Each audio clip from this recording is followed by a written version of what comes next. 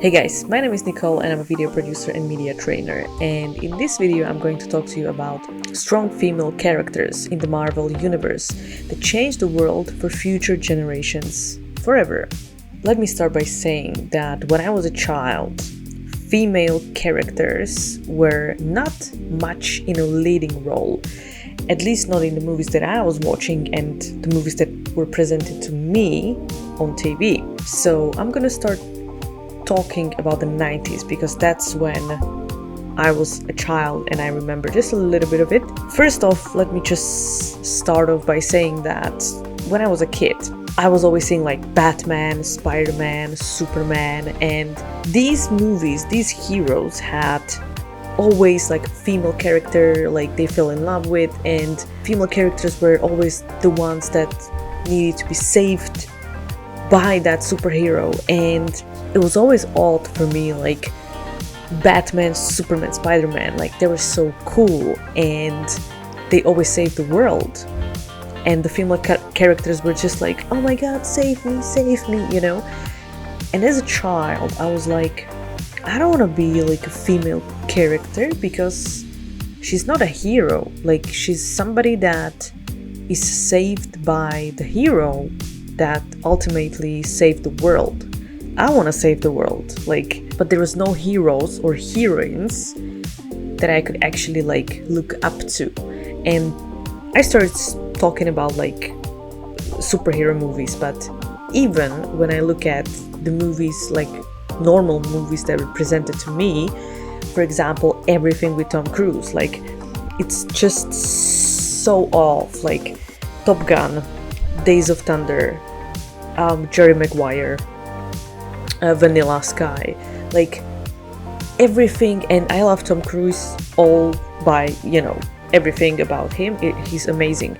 It's just the movies that were becoming hits had a strong male character, and females were usually like wackos or somebody who needs saving, you know, or kind of like supporting the guy. And for example, Jerry Maguire, I think it's like the absolutely amazing movie and I love it, but it just like Renée Zellweger, like her only role in that movie was that she needed a man, she needed a father to her son, and she needed a man to like pay her bills and kind of like to be complete. So the whole story is about her being lost and not making enough money, and now all of a sudden like Tom Cruise shows up and she's like, oh my god, I hope he likes me. And growing up as a child looking at this, and I'm like, is this going to be my role in life? Like really? Just looking at Vanilla Sky, okay, I didn't even watch this movie like after 15, I think, or 20 minutes.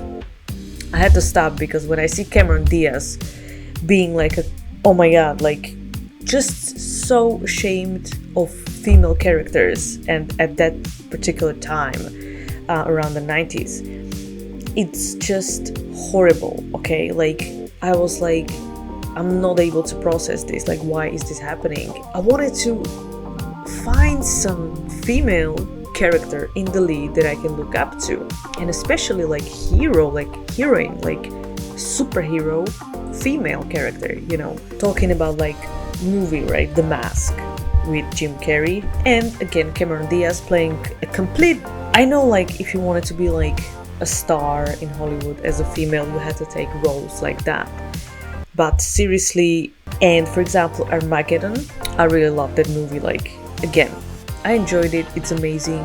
Bruce Willis, Ben Affleck, yes, but where's the role of a like Liv Taylor, amazing actress, and she's put into the role when she's literally like sitting on earth and be like, I hope my dad or my boyfriend will save the world. And she was just like all these cutaways and inserts, like she's standing there, sitting there, and she's crying, and she's like, I hope they gonna come back. As a young girl looking at this movie thinking, I wish like Bruce Willis was my dad, I wish like Ben Affleck was my boyfriend, and then think about like, well, actually I want to be astronaut going there saving the world. Like, why not? Like, it's such a weird feeling that I had watching these movies, and I think it started shifting. But before, I want to talk about the 80s, right? So I don't remember the 80s because I wasn't born yet. But talking about the 80s, what is interesting, like we had like Flashdance, or we had Terminator with Linda Hamilton. She was pretty much saving the world thanks to James Cameron, who always, and I'm gonna go back to that in a second, so James Cameron always created a strong female character and create the whole story around her, which, like, he's the best director on the planet in my opinion anyway. So basically, Flashdance, Terminator in the 80s, or the movie Fats, I really like that, like two women going into the FBI training, and first everybody laughed at them and then they kick ass, you know. I think it's very important to see that. So these movies were coming back in the 90s, but what prevailed was the Tom Cruise, the Armageddon, all these movies, you know. And I think, I don't know where it went, like the 80s, like I could see the strong female characters, and all of a sudden, like in the 90s, it's like they wiped out. And I thought, it's pretty odd. Like, let me just ask you, like, what do you think about, maybe there are some movies that you want to talk about, like, or point out, because I forgot about them. So please leave the comment below, and just for the movies that you liked with female driven characters, and leave the comment below. And if you enjoyed this video, subscribe, because I have more coming. The 90s wiped out the whole female strong characters, whatever. I don't want to generalize, it's just like a majority, or whatever I was presented for my, like, in front of my face. But I have to point out one thing: my favorite director, James Cameron, and the movie Titanic, which the lead role belonged to Rose, okay?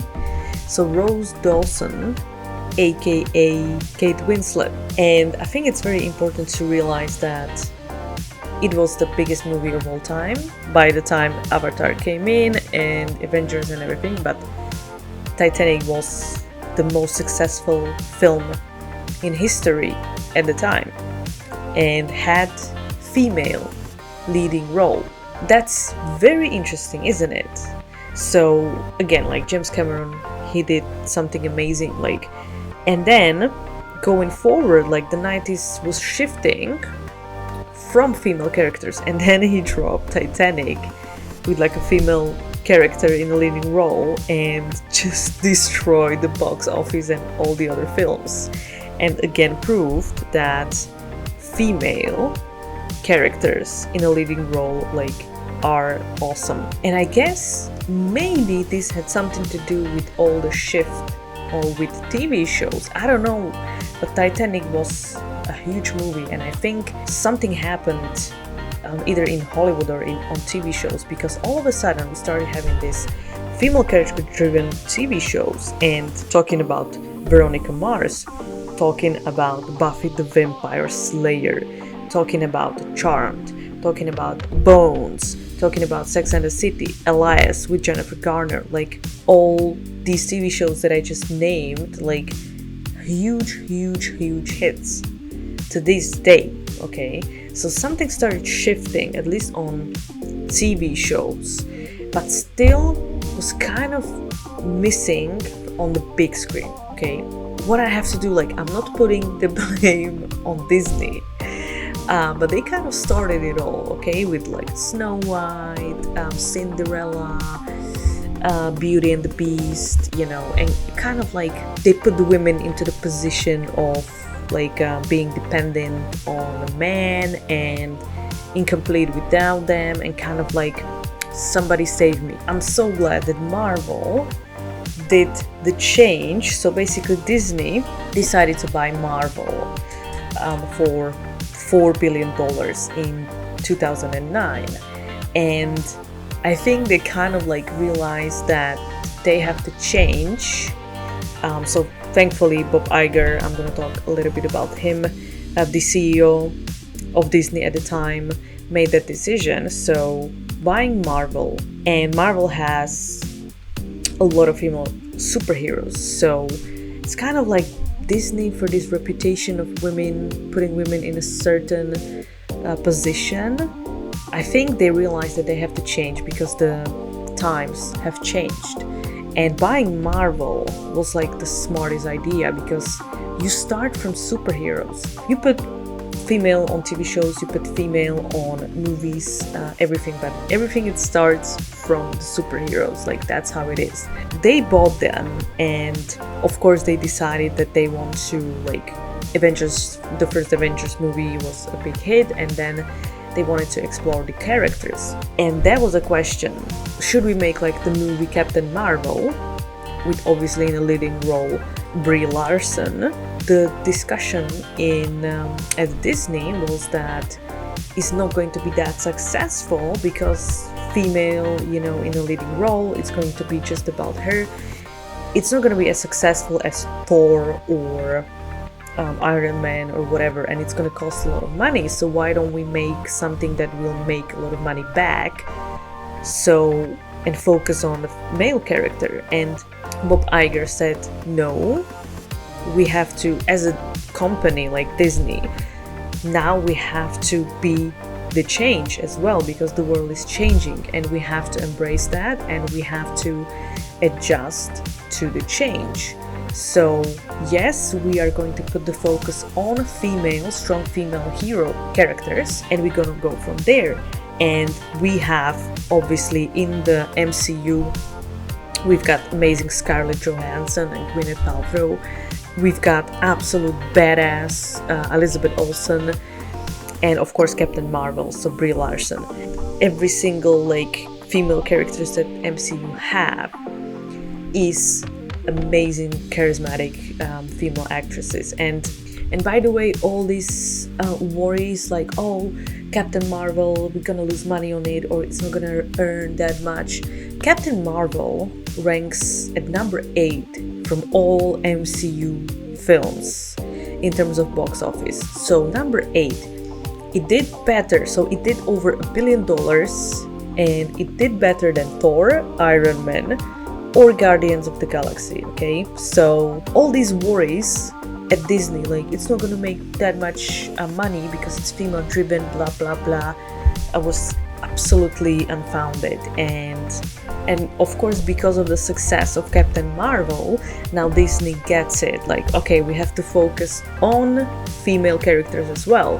So they've created Disney Plus, and they've created WandaVision series, 9 episodes, and kind of like in a really creative way, of course featuring Elizabeth Olsen and Paul Bettany. And it's everything about Scarlet the Witch, right? So Wanda. And then we have new movie Black Widow with Scarlett Johansson. Also, the filming of Doctor Strange 2 is in progress, and even like the poster suggests that Scarlet Witch, so Elizabeth Olsen, is going to play a big role in that movie. So as you could see, like we're shifting now. So Disney, everything like Cinderella and everything is in 21st century, but it's females are heroes saving men and saving the world. Just look at what Black Widow has done in the Avengers. Like, she sacrificed her life to save the world. Like, seriously, half of it. Like, this, what's happening right now is absolutely incredible for us, for future generations, and I couldn't be happier to see that. And I hope more and more female heroines and actresses will jump on board. Also at the MCU, another thing I want to say is I have seen Cruella, so another edition from Disney, starring amazing, incredible Emma Stone, and she plays like a villain in the movie. And of course we understand her motivation to be like that, so she's not like a true villain, but I've seen like many critics compare her to like kind of like a Joker character. and I think it's not overrated because she is absolutely incredible. That movie blew my mind. Like, I really loved the way it was portrayed. Like, Emma Stone she's amazing, like there's no question about it. That movie and the story and the storytelling, very, very female driven overall, super duper done, like well done. I really like that they take like women and they put them in kind of like a villain position, and even like it's not like a true villain. Like some villains are they just want to destroy the world, and the female characters, the female villains in the Disney world or Marvel universe, but to generalize like the Disney world, are having strong motivations, and that's what makes them villains, so they're still good. And if you've seen WandaVision, I don't want to like spoil if you haven't seen it, but Elizabeth Olsen, so Scarlet Witch, is strongly motivated to be a really, really bad villain, and she does not nice things, and it's quite horrible what she's doing, but she's been hurt, you know, and she is suffering very much, so her motivation, like, we understand why she does it. But I love that women are now portrayed as like this Avengers. No, it's like revenge to people who did this to me, and I have never seen this before, and it's really great. Like, personally, I really enjoy this, and I want to say that again, like, amazing what Disney is doing and the whole Marvel universe, and should I say like Hollywood, I don't know, and I hope this is gonna continue. And let me know in the comments, like, what is your favorite female character in a leading role, either like a superhero or any kind of movie, or from the 80s, 90s, 2000s, or recent, or the future one. So let me know your thoughts. And one last thing, don't forget to subscribe if you enjoyed this video. And also, I wanted to show you this book, and I just want to say, for all of you who are incredibly passionate about film, and maybe one day you think like, maybe I'm gonna create and film something for myself, this book is literally, look at that, like, it's like almost 1,000 pages. This book covers everything in terms of filmmaking, like pre-production, production, post-production, like into very, very detailed. So if you are passionate about film, I 100% suggest to buy this book and read it and literally like study it. So if you want to check it out, see the link below this video. You'll find the link, and if you like it, let me know. And yeah, don't forget to subscribe.